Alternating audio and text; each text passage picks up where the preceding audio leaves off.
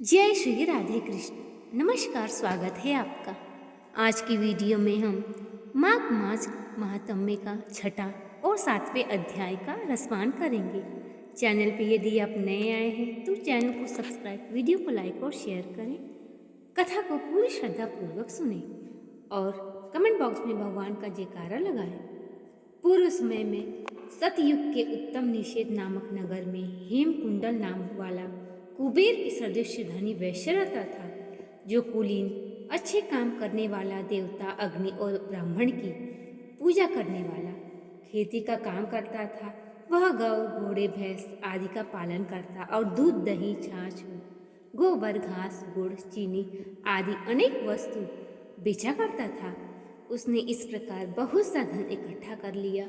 जब वह बूढ़ा हो गया तो मृत्यु को निकट समझकर उसने धर्म के कार्य करने प्रारंभ किए। भगवान विष्णु का मंदिर बनवाया, कुआं, तावला, बावड़ी, आम, पीपल आदि के वृक्ष तथा सुंदर बाग बगीचे लगवाए। सूर्योदय से सूर्यास्त तक वह दान करता। गांव के चारों तरफ जल की प्याऊ लगवाई। उसने सारे जन्म भर जितने पाप किए थे उनका प्रायश्चित करता रहा।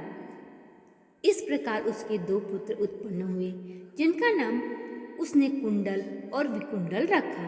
जब दोनों लड़के युवा अवस्था को प्राप्त हुए तो हेमकुंडल वैश्य गृहस्थी का सब कार्य सौंपकर भगवान की तपस्या के निमित्त वन में चला गया और वहां विष्णु की आराधना में शरीर को सुखाकर अंत में विष्णु लोक को प्राप्त हुआ। उसके दोनों पुत्र लक्ष्मी के मद को प्राप्त होकर बुरे कर्मों में लग गए। वेश्यागामी वीणा और बाजे लेकर वेश्याओं के साथ गाते फिरते, अच्छे सुंदर वस्त्र पहनकर, सुगंधित तेल आदि लगाकर, भाण और खुश मदियों से घिरे हुए हाथी की सवारी करते थे और सुंदर घरों में रहते थे। इस प्रकार ऊपर बोए बीज के सदृश वह अपने धन को बुरे कर्मों में नष्ट करते थे। कभी किसी सत्पात्र को दान नहीं करते थे, न ही कभी हवन, देवता या ब्राह्मण की सेवा तथा भगवान विष्णु का पूजन करते थे। इस प्रकार वे थोड़े ही दिनों में उनका सब द्रव्य नष्ट हो गया और वह दरिद्रता को प्राप्त होकर अत्यंत ही दुखी हो गए। भाईजन, सेवन, उपजीवी सब इनको छोड़कर चले गए और राजा के भय से नगर को छोड़कर चोर तथा डाकुओं के साथ वन में रहने लगे।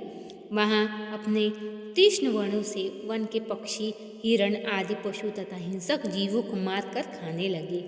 एक समय इनमें से एक पर्वत पर गया जिसको सिंह मारकर खा गया। दूसरा वन को गया जो काले सर्प के डसने से मर गया। तब यमराज के दूत उन दोनों को बांधकर यम के पास ले गए और कहने लगे कि महाराज, इन दोनों पापियों का क्या क्या है। अब आइए सुनते हैं माघ मास महात्म्य का 7वां अध्याय।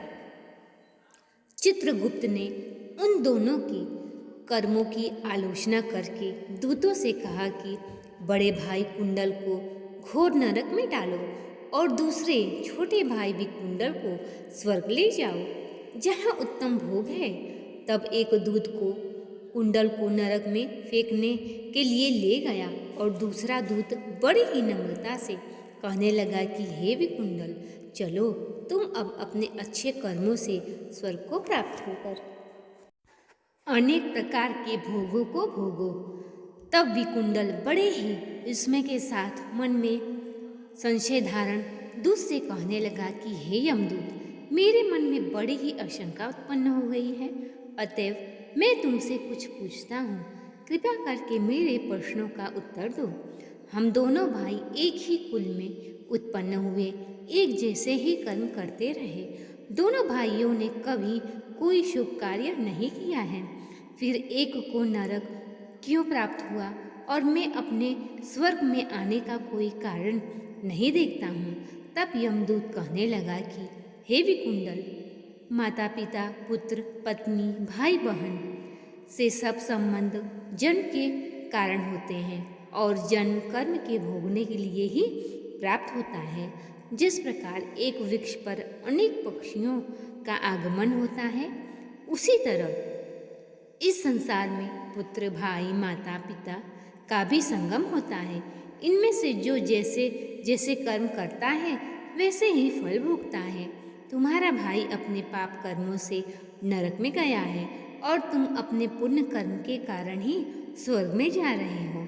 तब विकुंडल ने आश्चर्य से पूछा कि मैंने तो आजन्म कोई धर्म का कार्य नहीं किया, मेरे पुण्य सदैव ही पापों में ही लगा रहा। मैं अपने पुण्य कर्म को नहीं जानता।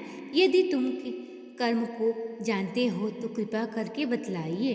तब देवदूत कहने लगा कि मैं सब प्राणियों को भली भांति जानता हूँ, तुम नहीं जानते। सुनो, हरिमित्र का पुत्र सुमित्र नाम का ब्राह्मण था, जिसका आश्रम यमुना नदी की दक्षिणोत्तर दिशा में था।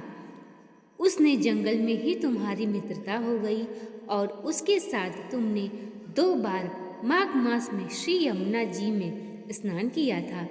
पहली बार स्नान करने से तुम्हारे सब पाप नाश हो गए और दूसरी बार स्नान करने से तुमको स्वर्ग की प्राप्ति हुई। सो हे वशिष्ठवर, तुमने 2 बार माघ मास में स्नान किया है, इसी के पुण्य के फल से तुमको स्वर्ग की प्राप्ति हुई और तुम्हारा भाई नरक को प्राप्त हुआ। दत्तात्रेय जी कहने लगे कि इस प्रकार वह भाई के दुखों से अति दुखित होकर नम्रतापूर्वक मीठे वचनों से दूतों से कहने लगा कि हे दूतों, सज्जन पुरुषों के साथ 7 पग चलने से मित्रता हो जाती है और यह कल्याणकारी होती है। मित्र प्रेम की चिंता न करते हुए तुम मुझको इतना बताने की कृपा करो कि कौन से कर्म से मनुष्य यमलोक को प्राप्त नहीं होता है, क्योंकि तुम सर्वज्ञ हो। तो ये थे आज के माघ मास महात्म्य के 6ठे और 7वां अध्याय। मिलते हैं अगली वीडियो में अगली कथा के साथ। कथा को सुनने के लिए चैनल से जुड़े और चैनल को सब्सक्राइब करें, बेल आइकन को ज़रूर प्रेस करें, जिससे कि सभी वीडियो की नोटिफिकेशन आप तक पहुँचेगी। मिलते हैं अगले वीडियो में, तब तक के लिए नमस्कार।